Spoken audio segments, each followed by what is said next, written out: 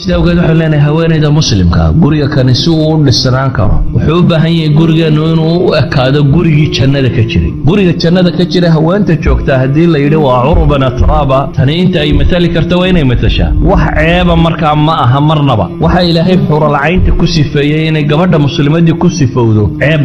ma aha ceeb markaan leenahay waxaan u jeednaa ma aha wax laga khajilo alxayaa qayb kamid waa madmuum qayb kamidina waa mamduux waxa sharcigu baneeyay in laga xishooda waa madmuum bayleen kuma jirto maxbuubaadka waxa la jeceliyo kuma jirto bal quraanku markuu tilmaamayay ragga iyo haweenka waxa la yiri uhilla lakum laylata siyam ar-rafathu ila nisaikum hunna libasun lakum wa antum libasun lahunna wa min aqwali al-mufassirin fi ar-rafath waxa yiraahdaan hadalka markuu qofku caadigu meel ka hadlayo ka khajilo ama si aanu ku dhiiranin inuu yiraahdo guriga se waa la isu mar dhigtaaba wax laga khajila ma yaalaan sadaradeed kalimatu ar-rafath ay culimadu leeyihiin baa loo adeegsaday jimaaca oo muqaddamaadkiisa looga jeedo waxay yiraahdaan gabadh badawiyada reer miyiga ayaa qamiis casiya wax bay qaadato xinxinaysatay dabeetana tusbax bay qaadatay baa la yiraahdo meel bay fadhiisatay way wartay qolaa waxay ku yiraahdeen ma bacda hada min hada labadana waddo kala foga inaad cusburato mariya xidhxidhato iska dhalaaliso haddana aad wardi meel la fadhiisata waa laba kala fog bay ku yiraahdeen markaas waxay tiri bay yiraahdeen bayt ay leedahay ilaahay dhanbu igu leeyahay aan rabin inaan dayaco dheelkiya maradhigadka ninkayga xaqiisana qayb igu leedahay aan la rabin inaan dayaco bay leedahay yani labaduba waa banaayin sawgeed buu nabigu sallallahu wa salaamu alayhi isna wuxuu tilmaamay xadiiska jaamic saqiirka ku qoran saxiixa oo albani ku tilmaamayo ala ukhbirukum bi nisaikum min ahli aljanna maydii sheegay nabigu sallallahu wa salaamu alayhi haweenkiina ahlu jannada ah sifada koowaad oo nabigu siiyay wuxuu ku sheegay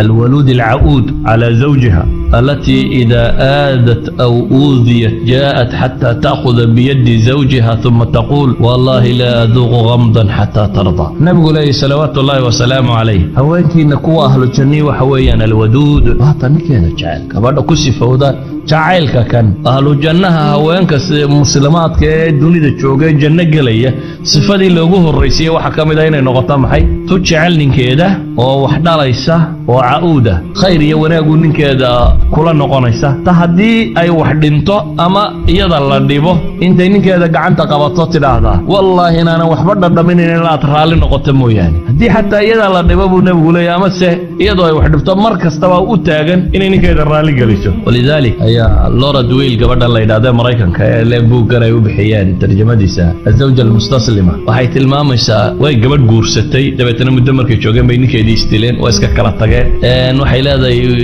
nooc min feminist groupyada iyo baabkan bay ku soo kortay inay ninka iska dhiciso iska celiso waa kaasi markii dambe waxaan fikiray bay leedahay raadiyay maxaan anigu ninkeygii u waayay reerahan jaararkay dadkanina wali xaasaskan isu qabaan dabeetana questionnaire bay qaadatay interview bay qaaday interviewgeedii waxa uga soo baxay reer kastoo dhisan inuu yahay reer isu jajaban oo haweentu ay tahay mid ninkeeda jecel oo u jajaban oo waxba ku qabsanin walidaalك baa waxay qortay book ay dhadaan tabcadii koowaad ba 100,000 oo xabaa la qaatay ay u bixisay المرأة المستسلمة استسلمي لزوجك باي بوغا فكرتي سودم وانت نينكو اللباح باي لهدي هدي اد اسكو سو تاغتنا وكعوني هدادن او ججبناتنا افكيساد كلا بخي باي لهدي waxa ku jira sidaradeed jajabnay isdiib bay leedahay wax kasta waa lagu siinaya hadaad adigu isdiibto wax kasta waa lagu siinaya sidaradeed ba Aisha waxay leedahay nabiga sallallahu wa salaamu alayhi ayaa intaan weel wax ku cabba nabiga ayaan u dhiibay leedahay dabeetana markaan u dhiiba wuxuu eegtaa nabigu halkii aan waan af ka saaray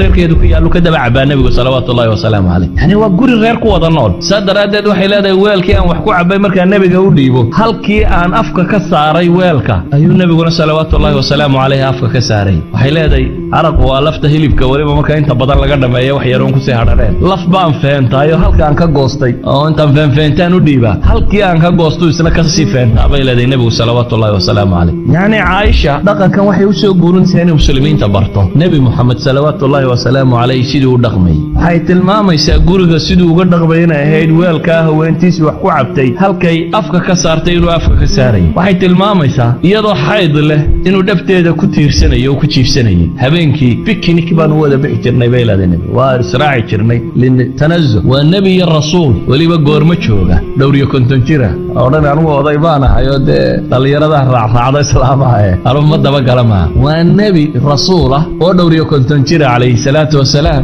oo la socda haweenkiisa tii u da'yaray gabadh dhowr iyo 10 jira la socda waa madiina iyo nebi maxamed salawaatullaahi wasalaamu calayhi oo dhowr iyo 50 jira ayaa waxay leedahay biknik baanu wada bixi jirnay. bale waxaad ka garan kartaa nebigu salawaatullaahi wasalaamu calayh ma qarsanaynin xataa kalgacalka. innaga waxaa laga yaabaa ninku nin soomaaliyeed bal kudha gabadhaadaba jeceshay hayru macquul. waxaasi wax af la soo mariyo way ka weyn tahay. nebi maxamedna inta saxaabada u yimaadeen bay dhahay ilaahay rasuulkiisiiyo dadka yaad u jeceshay dee caasha buu yidhi nebigu. nebi maxamed su-aala la weydiiye dadba yaad u jeceshay oo yidhaahda caasha. markaasay idhahdeen raggaanu u jeednaa. markaasuu yidhi abaheed abubakar. idan waxaa la rabaa waxa weeyaan in gabadhu ay u muuqato dareensiiso ninkeeda inay jeceshay. cagsiga waxaa kaloo la rabaa ninku inuu muujiyo haweentan kalgacal iyo wanaag inay ku wada joogaan uu jecel yahay. ma aha aniga iyo tii gurigayga joogtay maraanu israacnay ama aniga iyo yani xataa inuu yidhaahdo reerkaygii ayuu afka kala warwareegaya. marka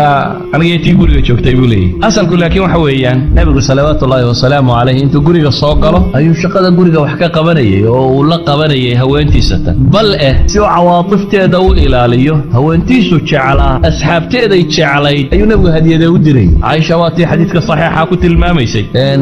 saxiixu muslim ku yaalay. marka neef la qalaba nebigu wuxuu idhaahdaa khadiijo asxaabteedii hilibka wax uga dir. hatay caaisha lahayd weligay gabadh kuma hinaasin haweentaa dhimatay oo aanan isa soo gaadhin sidaan ugu hinaasay bay leedahay. siduu nebigu jacaylkeeda uu muujisanayay aan ugu qarsanaynin inuu jecel yahay ayuu muujisanayay. bale asxaabteedii iyo dadkii ay ku xidhnayd inuu jecel yahay.